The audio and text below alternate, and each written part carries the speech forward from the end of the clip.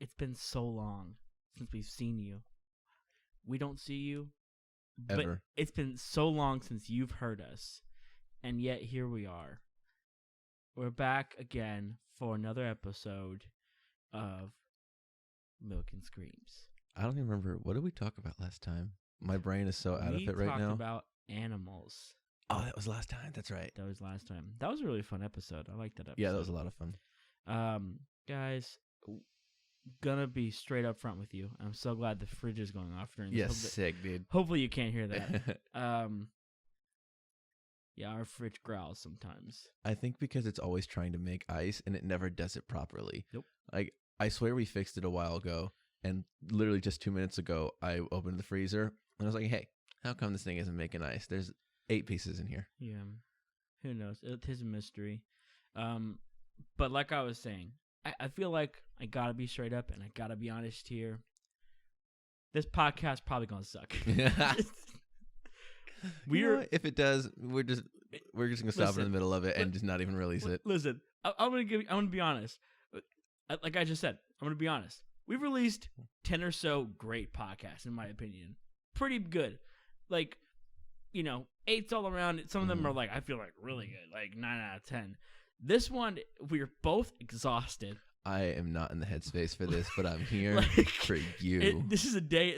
Not you, Jacob. You, the listener. We're recording this a day. Oh wow, thank you. You're we're welcome. Recording this a day late. What we're talking about, Kyle has never ever heard about it before, and I kind of know a little bit about it, but it's interesting. So I was like, I'll just talk about that because we haven't had an idea this week for it, we've just been so swamped. So it's episode 10. We're already having burnout.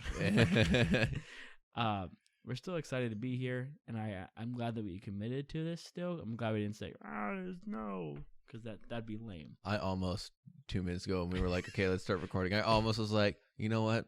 No. Let's just skip a week, because I know what I want to talk about next week. And in my head, I was like, you know what? Let's just skip a week. Who cares? Yeah. But you do. That's the answer. You care. Yes. You, the viewer. You, not you, Jacob. Again. I care a little bit, but regardless, we're excited to record for y'all again. We're just really tired. Like, I don't know what this week was about, but it just knocked me out. It's Saturday. I've been doing school all day, and all my school is overlapping next week, so I'm just dreading it, and my brain already knows that I'm dreading it. But that's the way that it is, I guess. It's a hard knock life. But, tomorrow I'm not doing anything because the Super Bowl is tomorrow. Oh, boy, the Super Bowl, the big game. We're going to get sued.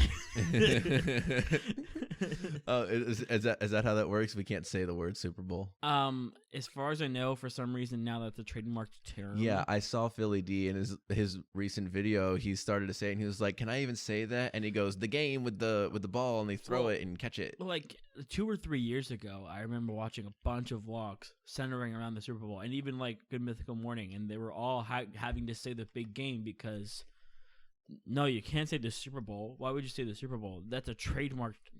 Everyone knows what you're talking about. Like, they're not thinking of baseball right now. Like, I don't understand why that's a big deal. Well, okay. Well, real quick, who do you think will win? Who do I think will win? Or who are you rooting for? Or maybe those are two separate answers. I've got to be honest, Kyle. If we had not gone to your friend's house and watched 2 playoff games, or like however many we watched the past couple weeks, I would have no idea who's in the Super Bowl right now. Really? I would not have, like, it wouldn't have shown up on my Twitter feed, like, because, like, I feel like my Twitter feed literally changes when I watch a football game. Like, when I'm watching something actively on TV, they're like, oh, here's a bunch of sports stuff.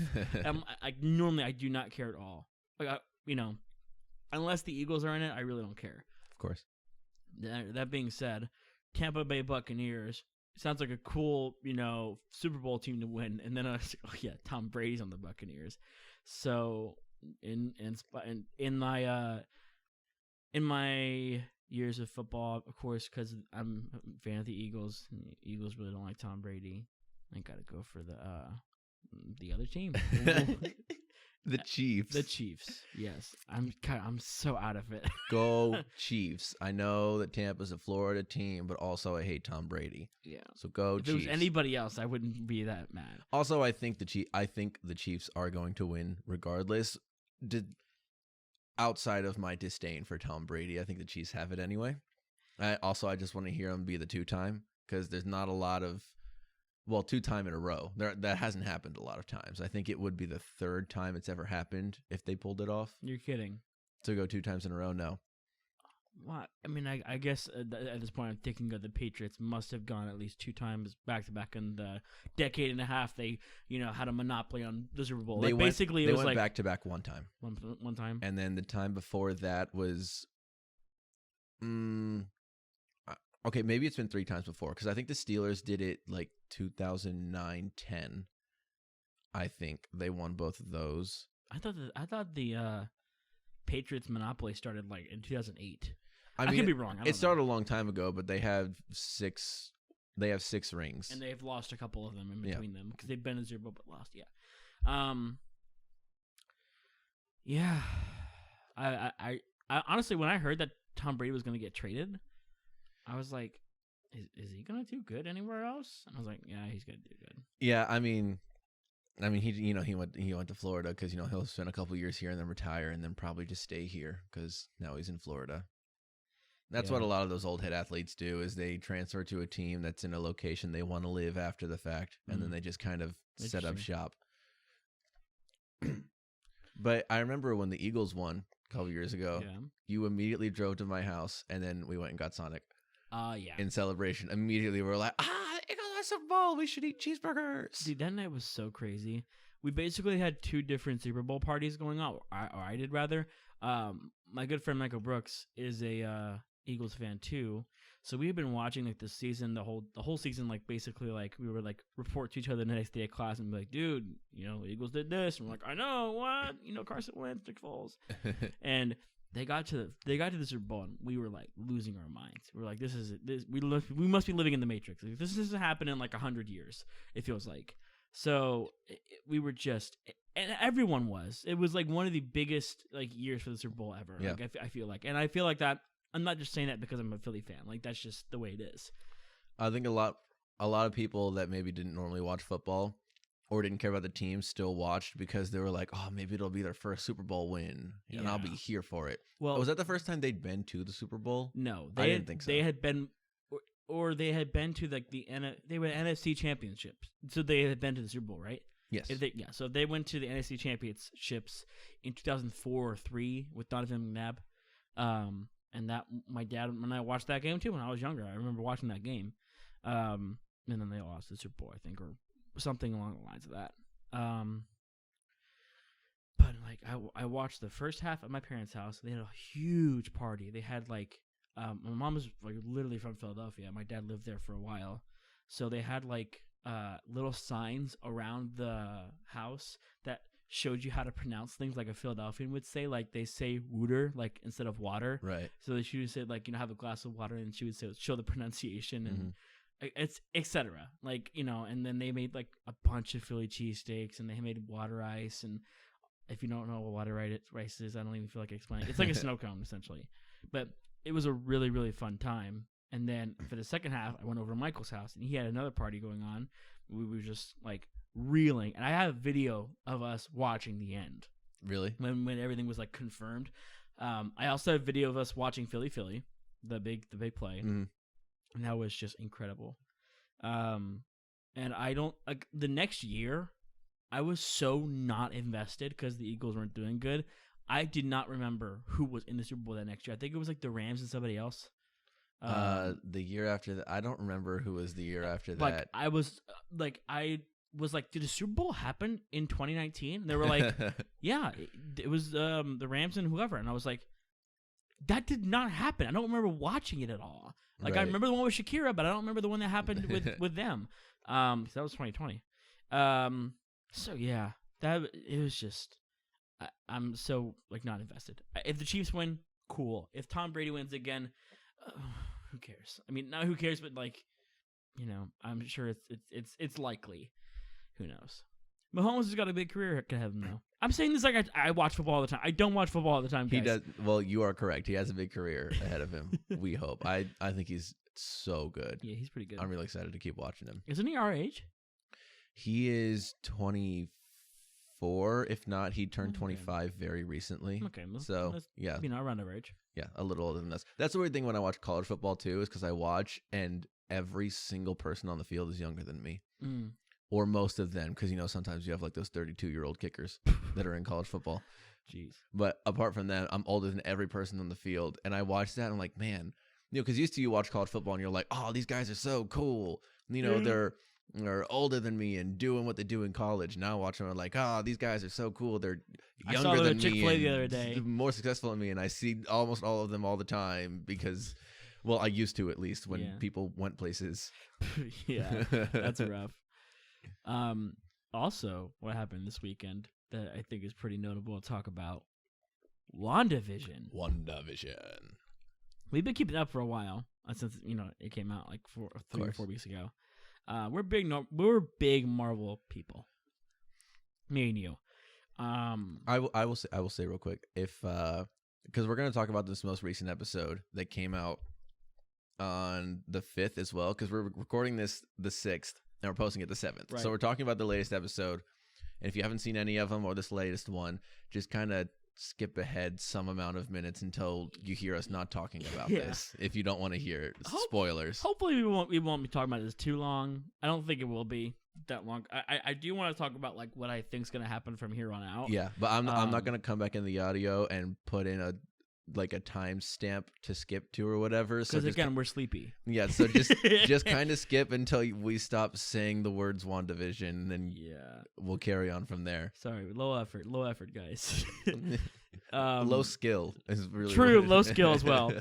At this point, so yeah, WandaVision. This last episode was a kicker.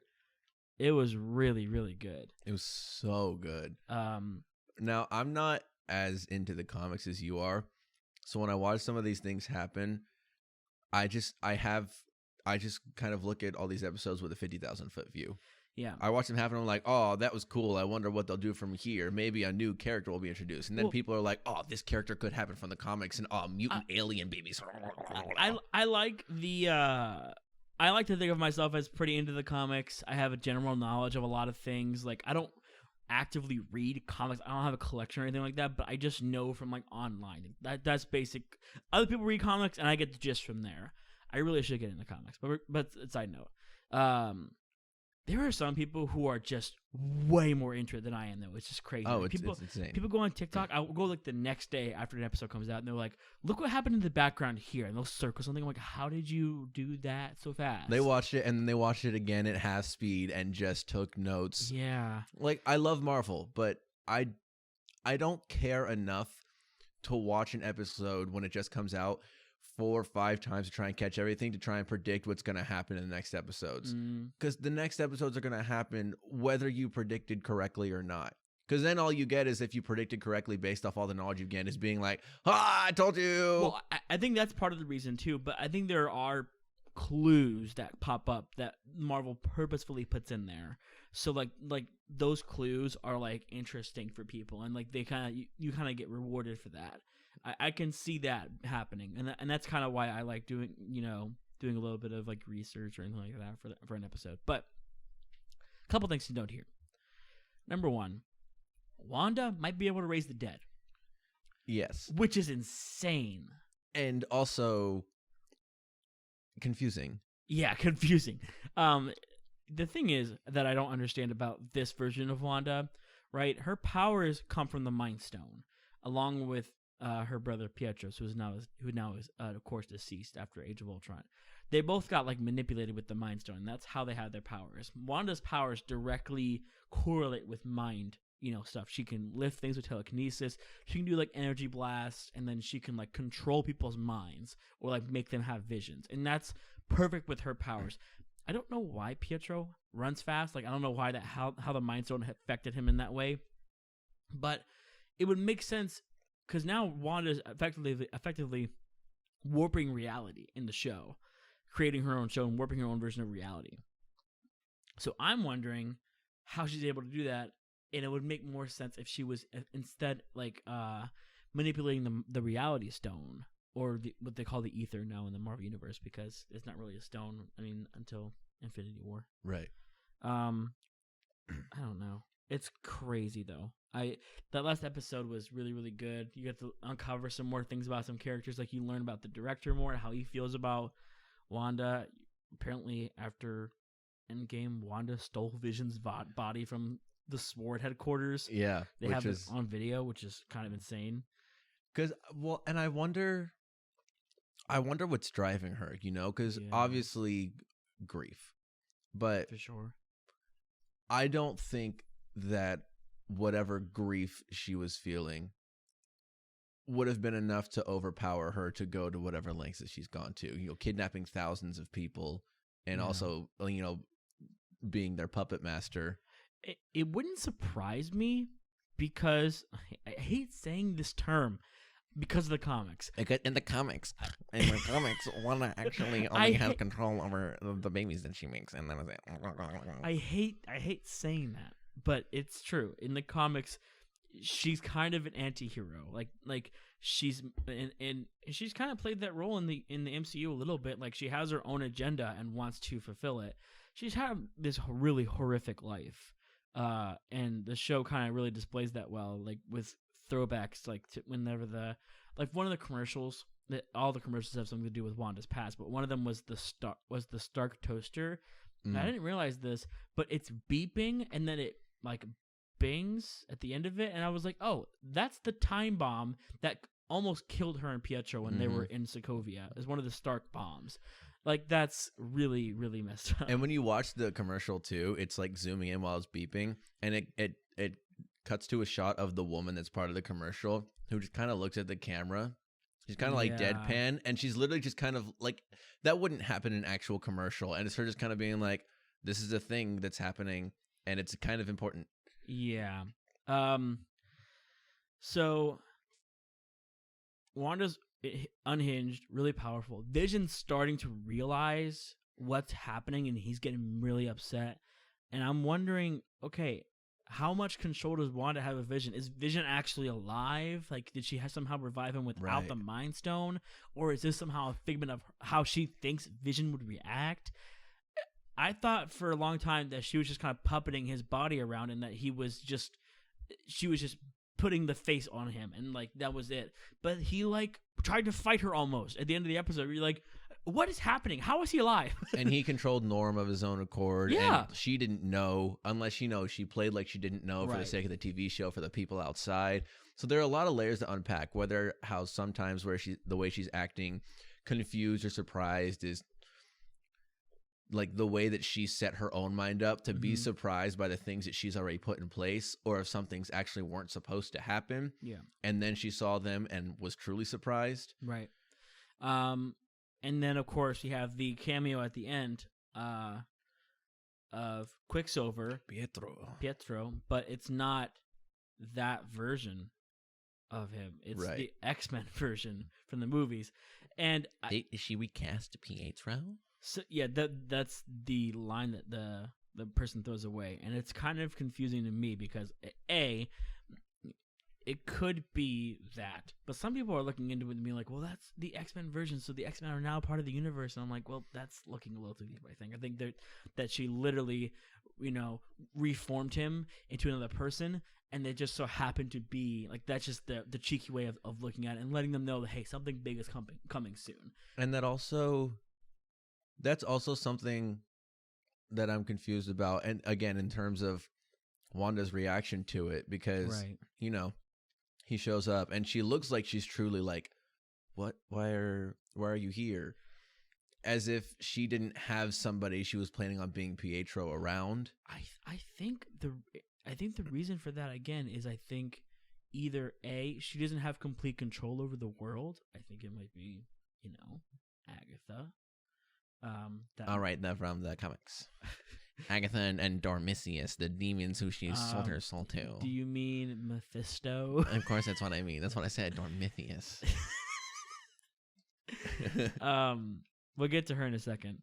But, yeah, it's very obvious that Agnes is not who she says she is. She's not this really friendly. She's not who she says. She's not friendly, and she's obviously a bigger player here than we think. And I think she's going to end up being the big bad, either that or the, Sword which I'm headquarters excited guy. for because I mean I love Catherine Hahn in Mhm. general, and she's been this nice upbeat character. So if she is Agatha, some demon Witch. overlord lady, I think she would kill that role as well. Yeah. So I'm very excited if that is the case to see it. I'm hearing the rain through my headphones. That's what I was thinking. Yeah, the pitter patter. We're now in an ASMR podcast. Sorry, that was a weird tangent. But think. What was I gonna say about Agatha? Agatha. She's Is it not Agnes? real. What? What's her name in the show? Agnes. Is it really Agnes? I Yes. feel bad. I'm saying Agatha because a lot of people are tying her character to Agatha. She's this witch from the comics who often works for Mephisto, who is like the devil in the comics. Like he's like fills that role of the devil. What was the line somewhere in one of the other episodes where like that's not the only place the devil is? Someone said the devil's in the details, and she leans over and says, "That's not the only place he is. That's not the only place he is," and winks. So people were saying, "Oh, she means she's Mephisto." And I was like, "Well, cool, that's awesome." But they really played with that this whole episode. Yeah. Whenever she came in, Vision was really onto her. And like, cause she was gonna hold the babies, and then Vision was like, "No, I don't think so." And she was like, "All right, should we take it from the top?" And like had the actor vibe, and that's what kind of set Vision off in the first place. Yeah, and that was really spooky. Like, Yeah. And the canned laughter really gets me going. I don't listen to when I listen to canned laughter in anything. I don't roll my eyes every time, but my mind says, "Hey, you should roll your eyes right now," because I just can't stand it. But there's been so much canned laughter, and it being inappropriate moments really makes you uncomfortable, and it does it on purpose, and I really like it. Yeah, because I love the way that they have, like when they're in the TV show setting, like the laugh track that happens, and then something serious like that happens. And you have this 30 seconds of dialogue where that doesn't happen because no laugh track. Mm-hmm. And then immediately someone says something quippy and the laugh track's back. It makes those moments even more intense. Yeah. Because the laugh track is there to cap it off. And can we talk about how different this show is than anything Marvel's ever done? Yes. Like, and that's people are commending that, and I think it's a appropriate thing to commend because 100%. everybody says that there's a Marvel formula, and every movie's the same, and like I can understand that, from an outside perspective who doesn't really like superhero movies. Yeah, I can get that vibe that you've. But this is very clearly something completely different and something really exciting. Yeah. So now on to predictions. What this will do for the Marvel Universe. First of all, they slyly mention Reed Richards in this show, and I missed it on my first viewing. When Monica is talking to the other two detectives, and she says something about, "I know an astrophysicist out there." Yeah. She's most definitely referring to Reed Richards, and I completely missed that. So we might see him at this point in the show. That would be cool because they haven't done Fantastic Four correctly in a while. Yeah. And you can argue that they didn't do it correctly the first time either, but I like those movies. Yeah, I like them too, but they didn't do it, justice. Right. So that's cool. I think he's either coming in this show or at some point Monica is going to introduce him to the MCU and in turn the Fantastic Four. Somebody saw on their whiteboard they had written a 4 in the style of the Fantastic Four. Oh, really? Yes. And I saw that and I was like, oh, that's a really cool little detail. So that could mean they come in the series. I doubt that. That's just too much to put on the WandaVision. I think there's already going to be so much that's expected to come out from this series. I don't think that's going to be one of them. Second thing, this is very, very obviously pointing towards the direction of introducing mutants into the MCU. With her kids?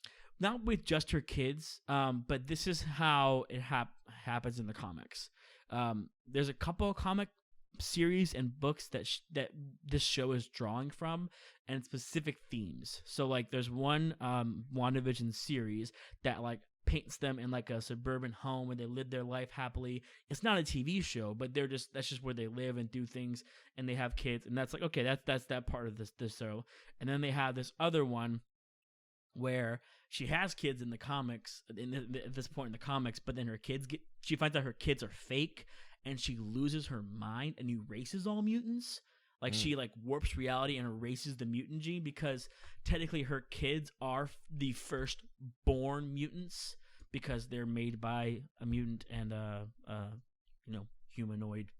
Well, I guess Vision in the comics isn't really like he is in the movies. Regardless, so she races all mutant kind. So they think the inverse is going to happen here because it's she's able to warp reality in this comic. Oh yeah, and that's her main power in the comics. Her movie role is completely different, right? But they're trying to, assuage that. Yeah, she can definitely warp reality. Maybe she's tapped into something else now, right? I think she's just either been given that she may have just been given that power by Mephisto, or whoever is the big bad, right? Because a lot of people are saying that she may have just like, given up something in exchange for knowledge or the power or ability to make this world Westview. So a lot of people are saying at the end of the series she's gonna go off, explode some stuff, because it's already been what's the word? Not told to us directly, but foreshadowed. Not foreshadowed, but like not assumed, but it's like it's already been kind of, let's just say told. It's already alluded to. Alluded. Thank you. That's the word I was looking for. Kyle, that's why I love you. It's already been alluded to that Monica Rambeau is going to take her superhero role, which like she does in the comics. Right. For I can't remember her name. It's not Phasma, but it's something like that. She's gotten powers from her time in the Hex, which is now what they call Wanda's world, Westview. So if Wanda explodes the whole world, mutants are born, and now they can come into the MCU, which is very convenient, honestly. And it's a really cool way to do it instead of just like, all right, they're here now. Like it gives it an explanation. And a lot of people are saying that there's going to be a cameo in the show. I believe that we just witnessed the cameo, unfortunately, which is kind of dumb. I wish it was someone cooler than Evan Peters as Quicksilver. I don't think that's what she was talking about. Because Elizabeth Olsen has alluded that, hey, there's going to be a big cameo in the show like Luke Skywalker was in Mandalorian. And I think for her, this is a huge moment for Wanda, for Evan Peters, that whole thing. I think she was giving that statement more to the likeness of, the cameo will be in the likeness of Luke in terms of shock factor, hype and fan service. Yeah. From a character that already exists within our universe, not some random dude that was a Quicksilver in a different timeline. I think I'm under the impression that's, and I'm okay with it. I'm the movie doesn't owe anything, or the show doesn't owe anything to me. I'm really enjoying it. It owes me everything. This is the first good Marvel TV show. It owes me so much. Yeah. And can we talk about the production value, dude? I was just thinking about that. Like, it's so good. Like whenever we have a superhero TV show, the graphics are normally trash and like everything. And I forget this is made by Disney, so they have all the money in the world, literally all of them, so they can make it look incredible and look really good and well done. Like I really liked the practical effects that they use for the old timey movie stuff, and like the visual effects look exactly like they do in the Marvel movie. The small glimpse we got of the real world when Monica got shot out, or when Wanda walked in and out and used her powers, it looks great. Good. It looks great, and I'm really happy that that's the case. This is a series that a lot of people I felt like were overlooking, and I feel like it's finally getting the credit it deserves. And I feel like Wanda and Vision themselves are like rushed characters, like they're not like really fleshed out in the movies and they're like overlooked. I really think that they are finally getting the credit, and because they're really cool characters, really diverse characters, and Wanda is so cool. Like she's so powerful. So I'm excited to see where this show goes. We'll probably talk about it once a week if we ever get the chance. If we ever record like this again, where we've already watched the episode for Friday. So keep that in mind when you're watching the next episode of Milk and Screams. Kyle, are you ready to get into what I'd like to talk about today? I guess so. I'm confused. I guess you'll because you told me the story briefly earlier. Very briefly. So I on purpose left out a lot of details. Yeah, so I'm gonna need to hear a lot of things, because when I initially heard it, I had a couple of plot hole questions. Yeah. Okay. So let's start with the year 2009. What a good year, huh? God. The stock market had just crashed. Let me tell you something. Everyone was sad. Let me tell you something. This span of years from like 2008 to like 2013 was so weird. It was a weird time to be alive. Like it was like internet culture was weird. They had these weird and like there was so many things that we as kids, because we were really kids at this point, were oblivious to. Like Coney 2012. Do you remember that? I know of it. I don't remember it happening. There was this huge movement online with like, about getting this African overlord in Africa. And we were like, what are we going to do? We're going to put posters up everywhere. Like, this was just a weird time to be on the internet. Here's what I remember in those 5 years, because I didn't really have internet that much growing up. And 2008 to 13, I'd probably just been allowed to have a Facebook and would be on it for maybe half an hour at my grandma's house whenever I was there. Right. So I wasn't on the internet that much. Here's what I remember from 2008 to 13. Cool. I remember that adults were sad because of the stock market. Sure. I didn't know anything about it. I just knew that it happened. I remember Minecraft happening and getting introduced. Okay. In the span of that 5 years. Obviously, the turn of the decade itself. 2012 happened. Yeah, 2012. The whole, shebang. There were movies and the end of the world was coming. Do you know in 2000 either 8 or 11 there was another world-ending phenomenon that happened? It was Christians that were saying that it was going to be the end of the world. Because you know what? That will be its own episode of the podcast. I think I'm going to create a new series. Hopefully this phrase isn't already trademarked, because I haven't talked with you about this yet. Okay. History mysteries. I feel like that's got to be trademarked by someone. Probably. Maybe I'll call it something different. But I want not a continuous series like for every episode of the podcast, but like whenever we don't have anything to talk about, I want to go at some point in either internet history or just history in general and explain something that is not concrete. Someone doesn't know for sure what happened or why it happened, or and kind of delve into what happened. So I that's kind of where this series is kind of coming from. And I remember. I don't know if memes were born in this time frame, but I remember being introduced to them in this time frame. Very shortly before this, like in 2005s and 6s and 7s, like that's when memes originated and started, or like when they're becoming popular.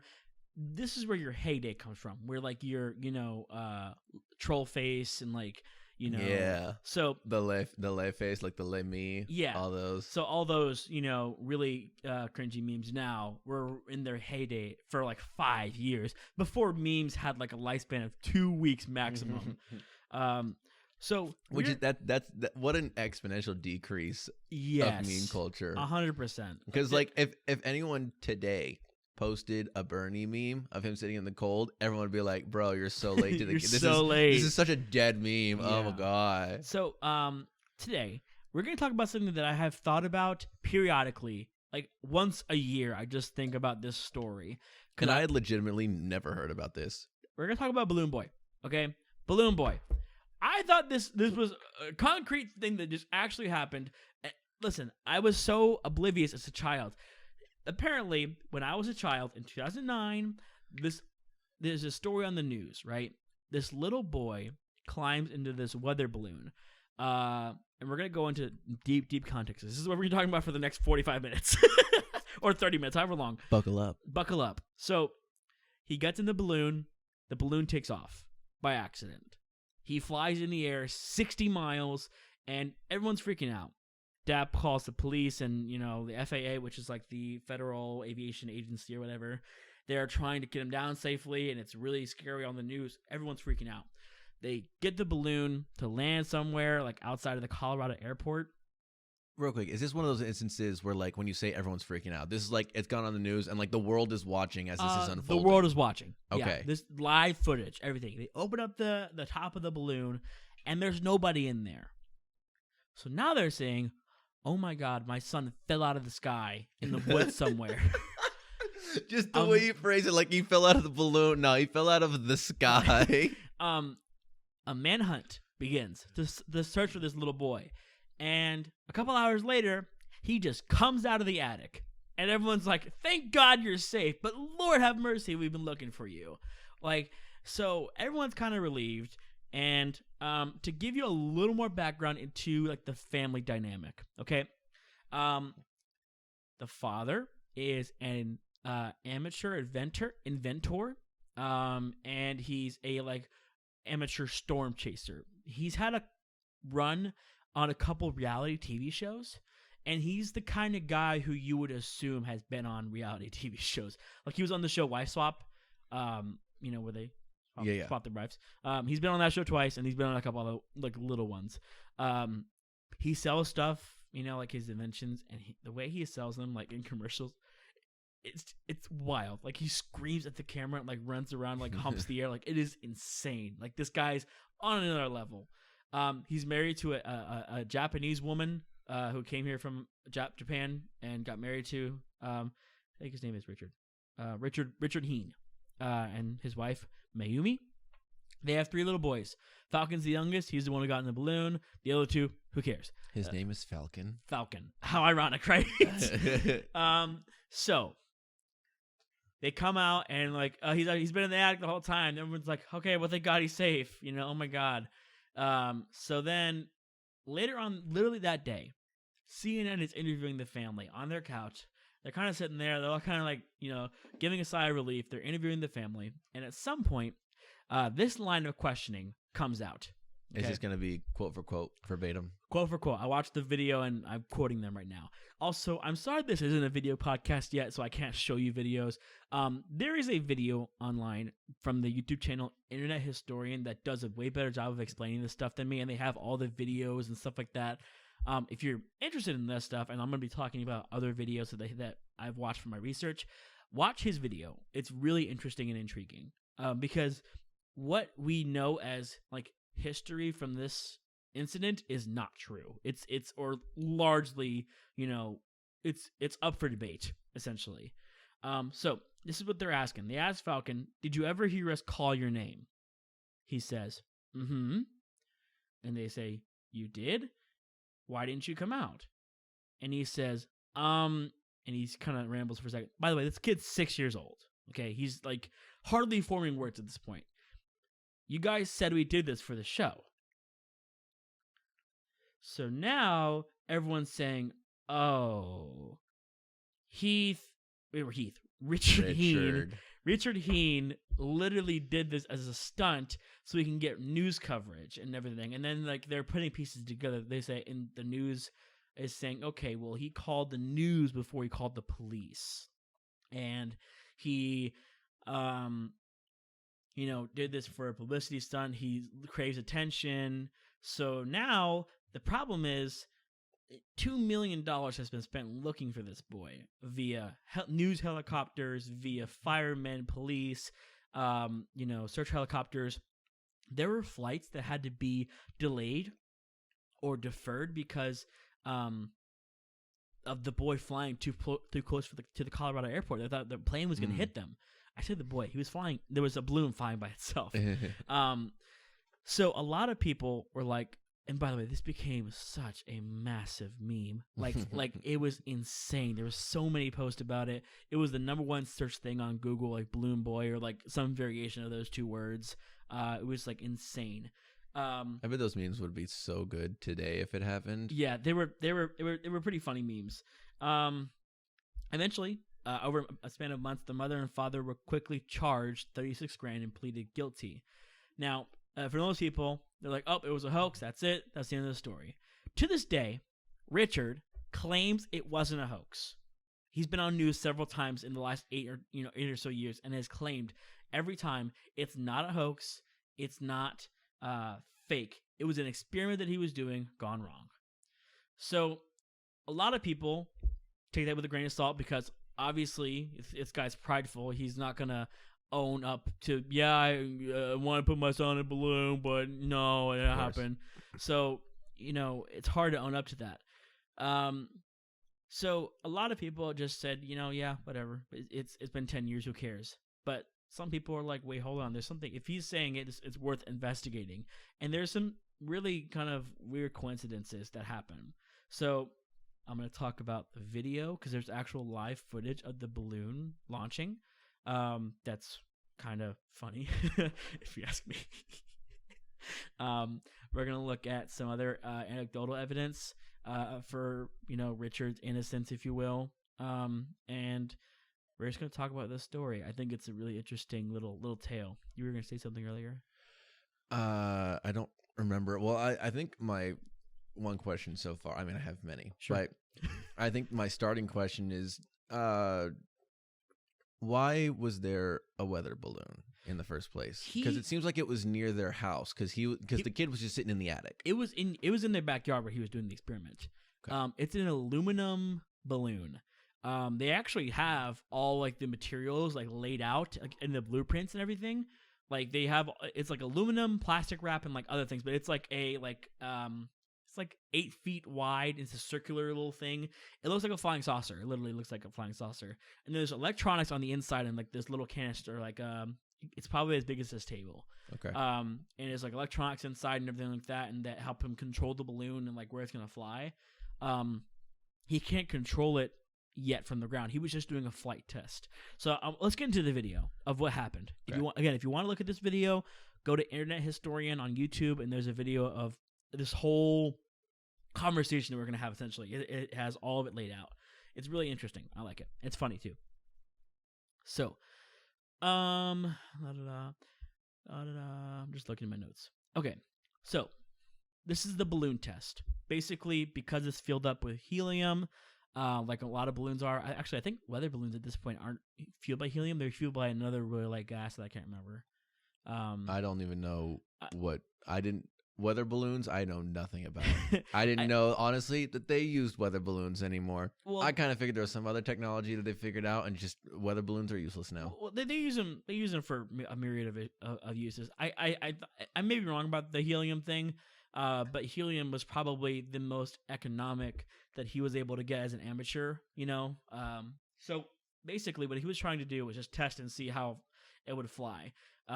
Or doing like a test flight thing. So he had things tethered down, right? So you can see on the video is a sweeping motion, and you see 3 cylinders. Those are helium canisters. They're like huge helium canisters. Helium isn't cheap.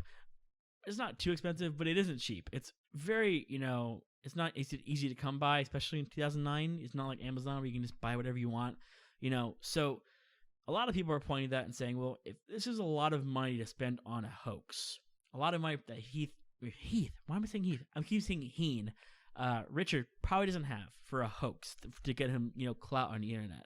So that's already kind of a throwaway kind of moment, Right. So lands on the family. They're messing with the balloon. Falcon's nowhere to be found. The son's holding the camera. So they're doing something, okay, and then they let go of like some of the tethers, and Mayumi, his wife, is supposed to hold on to the tether. The balloon kind of tilts up, and then poof, it goes into the air. Richard loses his mind. Like, it makes you uncomfortable how angry he gets at his wife. Like, he screams at her, and she's like, I'm sorry. He's like, effing this, effing that, and she's screaming at her, berating her. If he's acting, he's doing a really, really good job. like he is incredibly angry. He's like, it's very clear that this is his only prototype for his weather balloon, and he just lost it. There's no way to get it now. Right. And he's like yelling at her, berating her, and everything like that. And the kid's getting this all on video, and the kid behind the camera, says, hey, Falcon's in the balloon. His parents aren't even listening at this point. He's where's Falcon? Falcon's in the balloon. The kid is also doing a really good job of acting. Like, he's just screaming, like, guys, Falcon. Like, he's like running across, like trying to get their attention. And this is all like on home video. You can watch the video again. And he's like, where's Falcon? Falcon's in the thing. Blah blah blah blah. And then,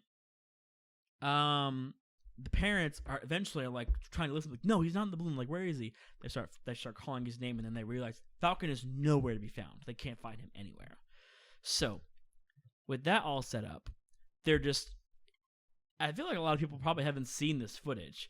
At least people who aren't invested in Balloon Boys. I am, of course. So, that already kind of sets off a lot of things that people have wrong with this case, which is a few things, right? here is the case against the Heen family. Okay. So against being, this is the case of saying it is in fact a hoax. Right. Okay. The balloon can't lift the child. That's one of the main things. Balloon can't lift the child that high. It's just helium. What are you saying, Heen? What are you saying, boy? Number 2, that he called the news before he called 911. Right. Falcons live slip up on CNN where he said, "Oh, you did it for the show." Mayumi's confession. Later on, she confesses to the crime, and then the guilty plea. Right. For the. So she confessed outside of court. No, she confessed under a detective, interrogation. But she was Okay. alone. She wasn't with Richard. So let's start with the number 1, the balloon. Okay, the balloon. There's a lot of math involved with this that I don't know. The person again did this on the video, so I'm kind of just literally plagiarizing his stuff, but essentially. But this is all math that he done. Again, I'm giving him credit. This guy's really smart. The balloon lift potential is 65 pounds. Again, we have all the blueprints available for the capacity of the balloon, how much helium it fits in there, what it's made out of.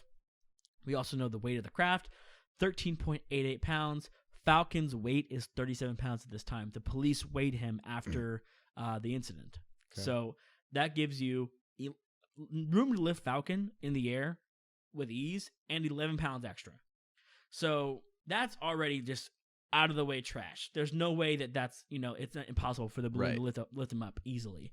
So even if that's the case, if you think it's a hoax, why is that important that he's able to be left by the balloon? Yeah, I don't understand why that's a big thing, but whatever. So then we have the news, right? So the news, obviously, at this point is kind of getting money off of this story. So they're saying things that really aren't true. So what happened with the news slip up where they're saying, hey, he called the news before he called 911 is,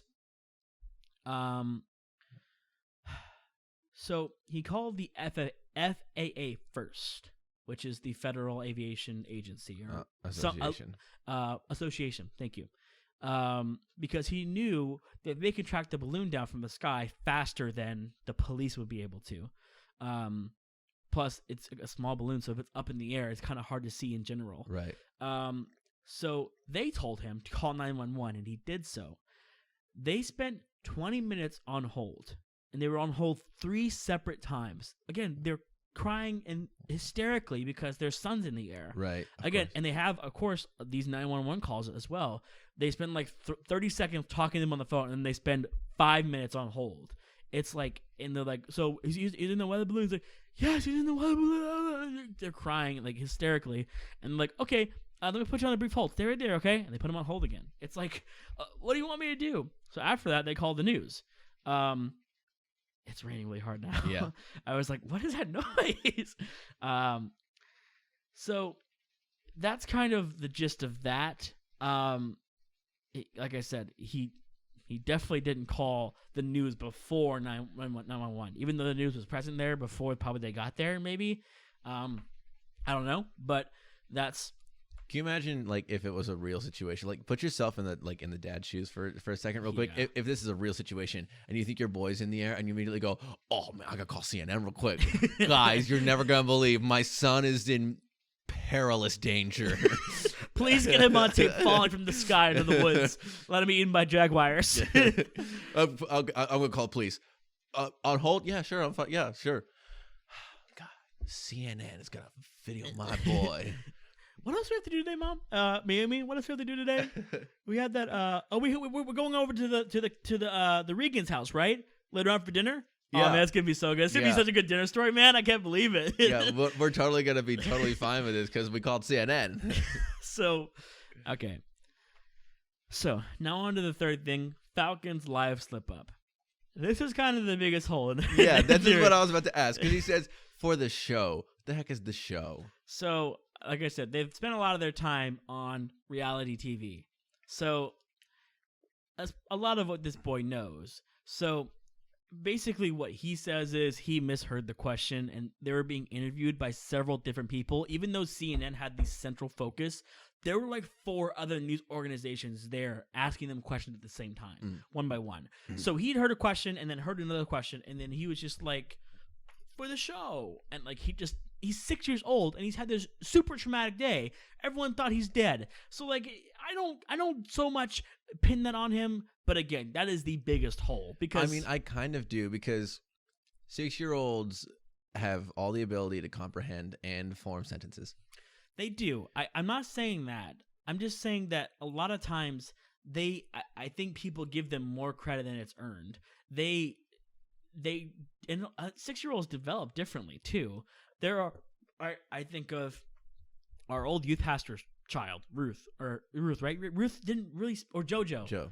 JoJo didn't speak very well for a long time. She should have been speaking, perfectly fine at that point or whatever. Right, but she could understand the question. So then my biggest thing is, what question did he think that he heard to say for the show? Again, this was not so much time was pressed on this specific topic. I watched the video of him saying, let's get him on the podcast and let's ask Falcon, him directly. if you're listening to this, I'm sure he's not tired at all about getting these questions. Falcon, if you're listening to this, you're almost 20 years old.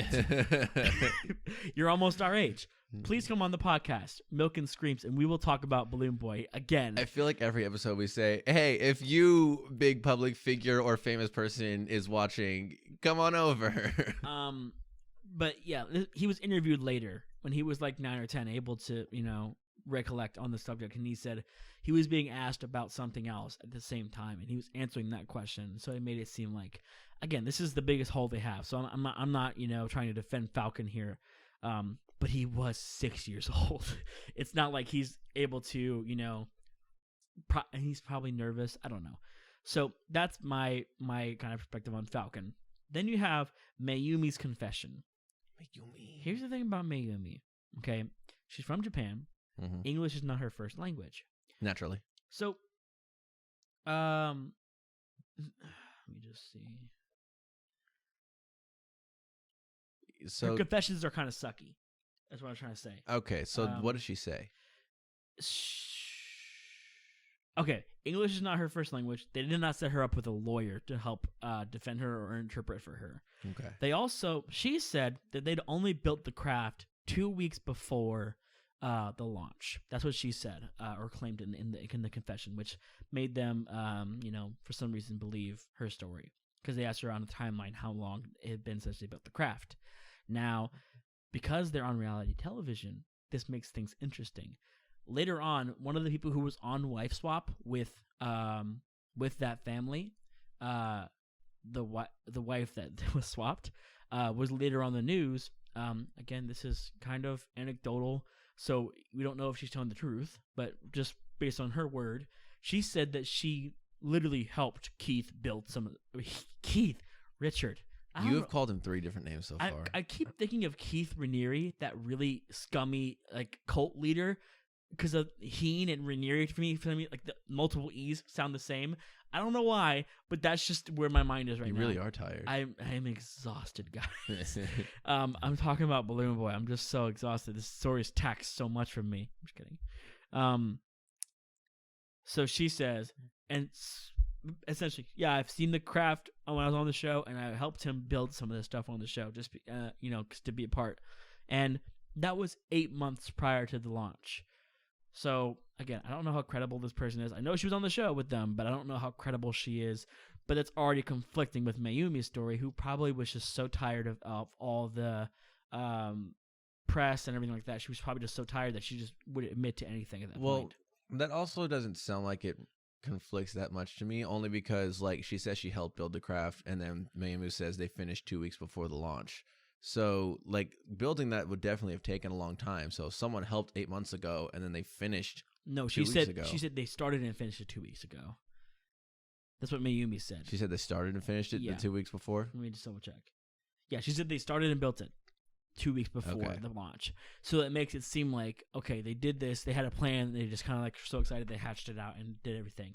But this person is saying, no, I actually was there when they were building it, prototyping it, building the blueprints. It took 8 months at least, on and off, because this isn't his only job. He does other things. So that's that. Mayumi, though she confessed, and my dad will tell you this. He's a detective. Just because they confess to something doesn't mean it's necessarily true. They probably just want to be done with the whole thing, or they had their own agenda or incentive. Just because you're supposed to tell the truth doesn't mean you are. So who knows if Naomi, English is not her first language. So without it being fair, to her, without having a lawyer present, who knows what they could have said to her. Last, the guilty plea. Heaney wants to take it to court because he's a little bit crazy. He's fighting the police department and everything like that. He's kind of crazy. The police confiscated all of their computers, all of their phones, everything that they could on the Heens, and they found nothing that would convict them. Absolutely nothing. Wow. So that's another thing, because you think they would at least maybe talk about this to somebody else or write it down somewhere. Nope, they found absolutely nothing. So they have nothing to prove against them. Heen takes it to court, and the interesting thing about this is they were trying to kind of pressure them into just accepting the charges. They brought up Mayumi's citizenship status and federal charges. So if things would go against them, they could have federal charges and have felonies on their hands for wasting that with the time of the first responders, which I guess is kind of whatever. Essentially, if you look at it from his perspective, okay, everyone on Earth thinks this is a hoax because of my son saying something on live TV. My wife has kind of already confessed to the crime, which is not real. And the news says it's a hoax. So everyone on the jury is going to think it's a hoax. Even though they're there to be truthful, it's going to the jury is going to be stacked against me, essentially, if I go to court with this. It's a lose-lose. There's no way he's going to win. Right. He's going to spend more money on the court cases and everything like that than he is going to somehow win if he wins in a 1 in a million chance.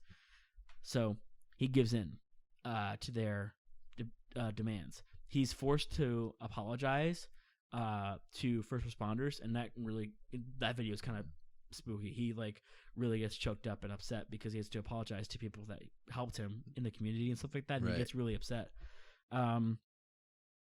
Great actor. He's a great actor. I'm telling you, you should really watch his commercials for his products. He is just the most corniest guy ever. It's so cringy. It's so bad. So he basically got, I think, 30 days in prison, I think, or jail. I don't remember. I think it was prison or jail. Then he got released. And then also that was at $36,000 fine. He was charged $36,000. It's kind of crazy that this whole situation, right, cost $2 million altogether. Yeah. And then he comes into court and says, "Yeah, I did this on purpose." And they're like, "You cost us $2 million. In repayment, give us $36,000. I think they just let him off easy. I mean, they're not normally the court's not going to charge you exactly what the cost was for everything that happened. And plus, That's why America's in debt, man. They get calls like that all the time. False calls that waste money, but they're normally not charged for that, especially if it was an honest mistake. That's why we're in debt, man. Charge them. Charge them all. Over the last 8 years in countless interviews, only one thing has remained the same. Heen's story. What happened to Heen and why. That's the only thing that's remained the same. Normally in this case, things would change, anecdotal things would change, but the news has been caught lying, obviously, about the 911. The police have been caught lying and doing shady things like, bringing up Mayumi's citizenship status and everything like that. They've been caught, quote-unquote lying. Heen is the only one that's been the constant control in this experiment, if you want to call it that. So basically, this whole entire story basically comes down to my 6-year-old son, who was probably traumatized and sleepy from the whole day of the thing, said one little slip up on live television, and now my life is kind of ruined. My reputation, credibility is forever tarnished.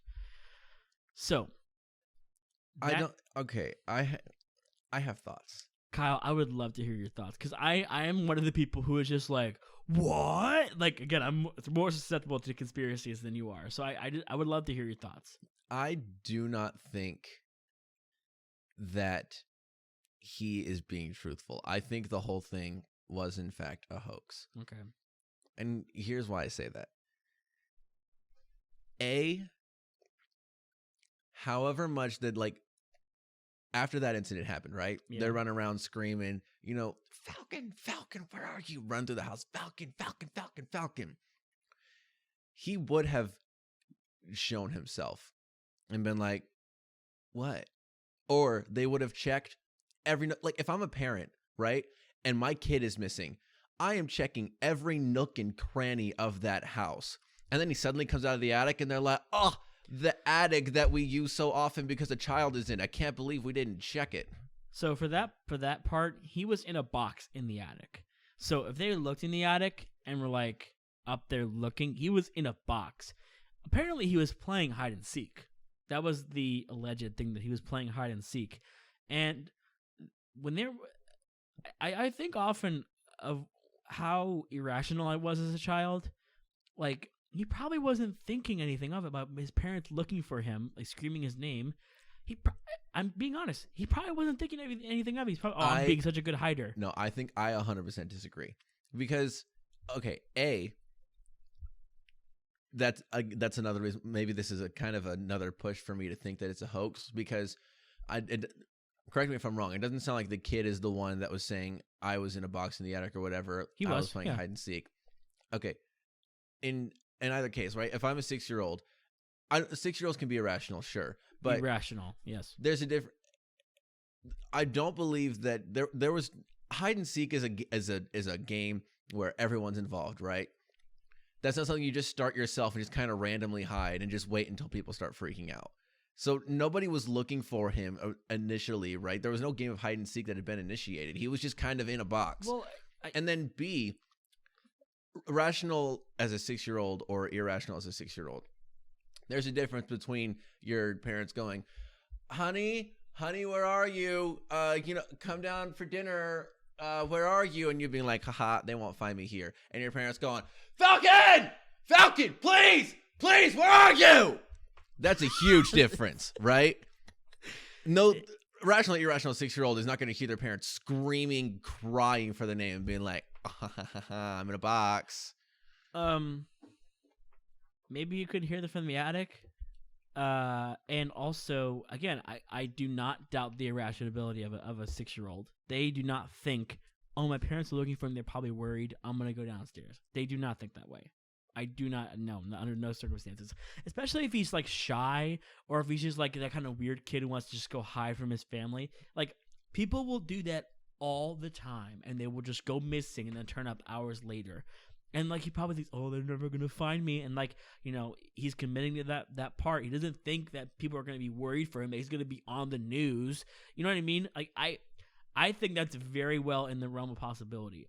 I do think that it's in the realm of possibility that it's a hoax as well. He could be lying through his teeth, but seeing the videos really makes you go, I wish I had the videos here to show you, but it really makes you go, that's really good commitment. And another one of my hangups is him in the interviews saying, being kind of like bombarded, but then still saying, you guys told me to stay there for the show, right? Okay.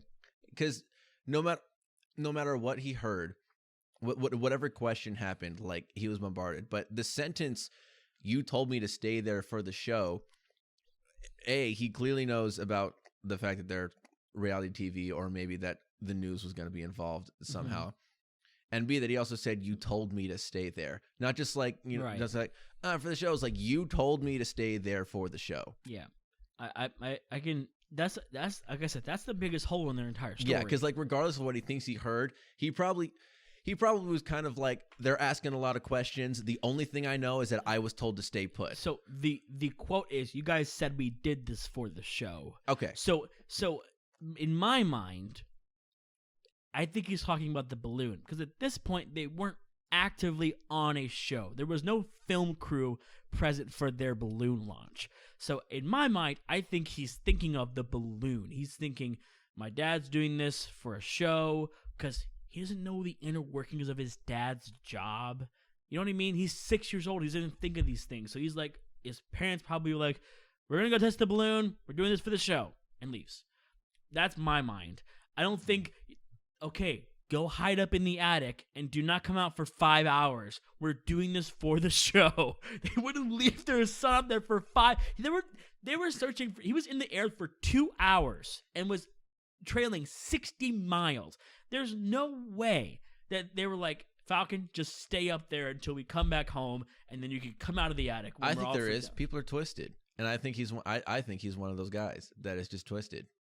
He very well could be twisted. I'm not saying that it's indefinitely, a truth, but it's not black and white. I do not think at all. Like it's many things in this world. It's not. No, it's certainly not black and white. But the way, in my opinion, this whole thing was fabricated from the start.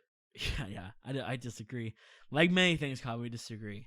But then that's where we go back to the conversation we've had before, is that you definitely are more susceptible to conspiracy theories. Like the second, you think you know a situation, and the second someone brings up one fact you hadn't considered, you're like, oh man, the tables have turned.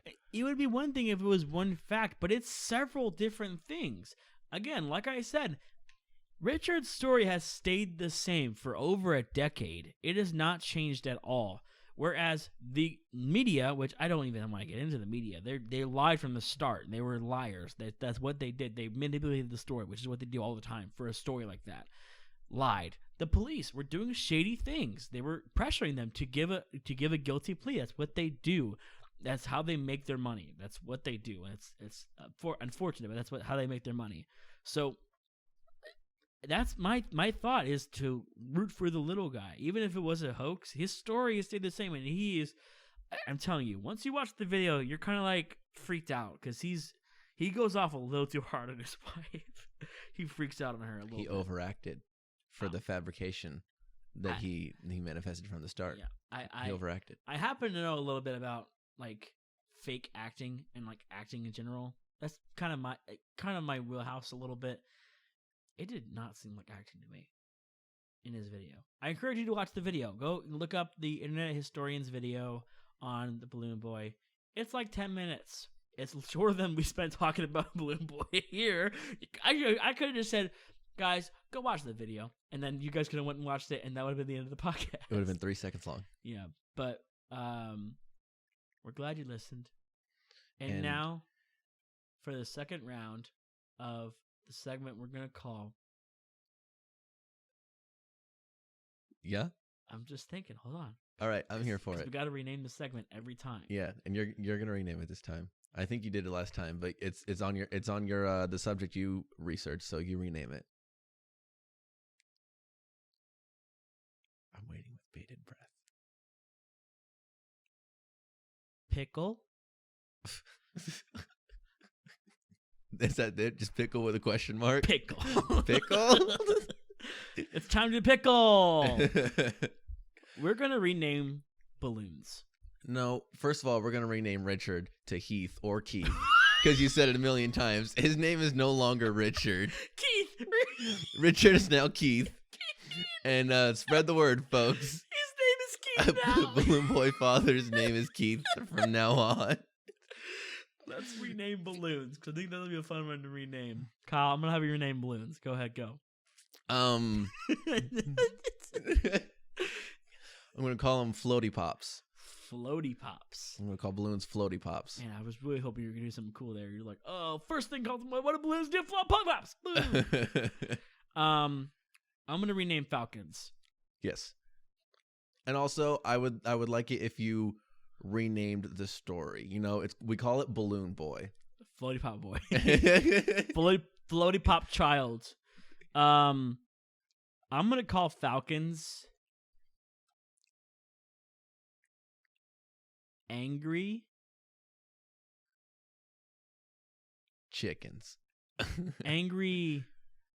Are we just leaving it at angry again? You look like you're about to just end it like angry with a question mark. This segment of Pickle. I'm going to be reading Falcons to Angry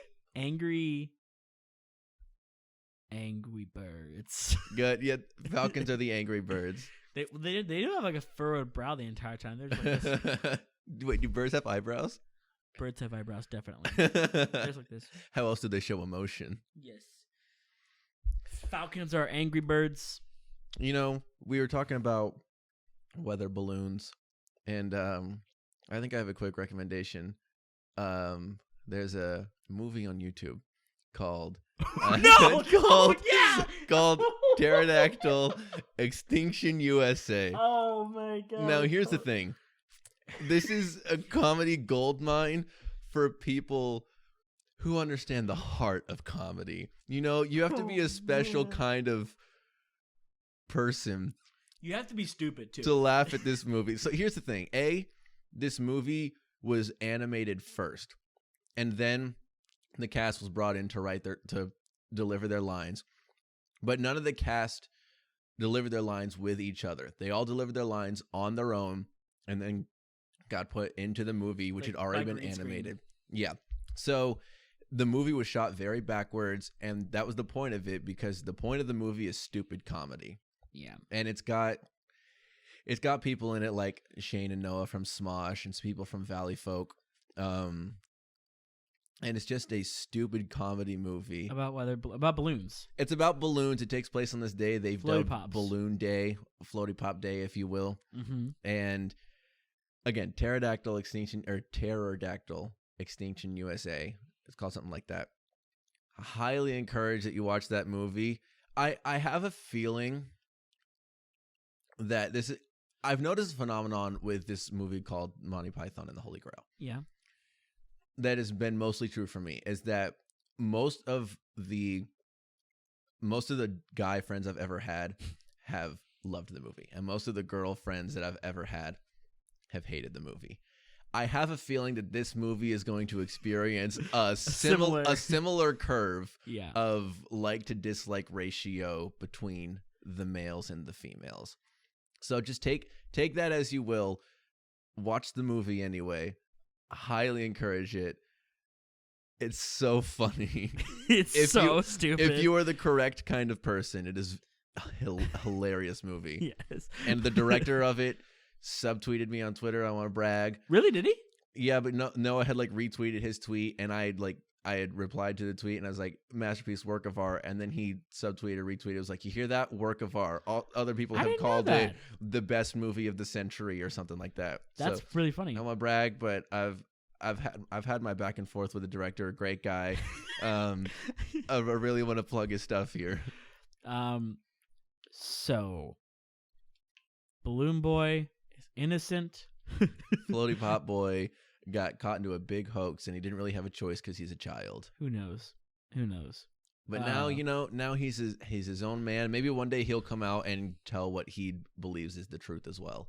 That'd be fun. As a fully functioning, independent adult, he can come out and say, "This is what I remember of the situation. Here's what I think the story was." If I was an adult in this situation, I wouldn't ever want to speak about it ever again. Oh, I wouldn't either, but maybe it'll happen. Like if this were me and my dad was still doing interviews, I would legitimately probably just get rid of my last name and change it completely. If you know Balloon Boy, please, we would love to have him on the podcast.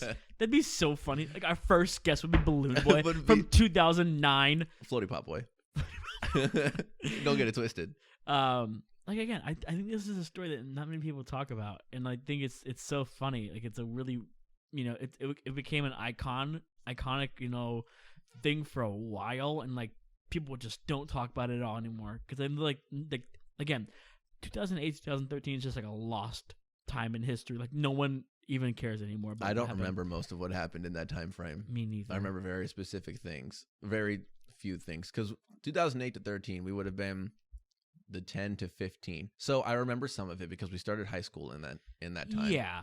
But so I remember kind of the tail end of middle school, and I remember segments of the beginning of middle school. I don't remember much about elementary school. I remember my teachers, and I remember what the classrooms looked like. Yep. But I don't remember, conversations I had or things I took a part of other than sports. I don't remember much. Yeah. But now, memory's a fickle thing. Maybe that's another podcast episode. but now we'll remember Balloon Boy forever. Floaty Pop Boy. Guys, we're excited to talk to you next week. We're excited to hopefully, at some point, make this a video podcast. We're getting so close. Totally so close. We're getting there. Guys, I'm sorry. I know I said it happened, but it's just harder than I think it's going to be. So we're going to get there eventually. But until then, keep enjoying our voices. Our sweet, sultry voices talk about boys and balloons. From now on, every podcast has to be centered around some boy in history. Or balloon. The famous balloons of history. There are plenty, I'm sure. I can think of one, which is that Macy's Day float balloon that ran off into the streets of New York because it got untethered. Oh, do you mean like every single one of them? Dude, the Macy's Day Parade is such a mess every year. It's so crazy. All right. Anyways, guys, we'll talk about you next week. I hope you guys enjoy your week and have a good and safe Super Bowl Sunday. Adios. Adios.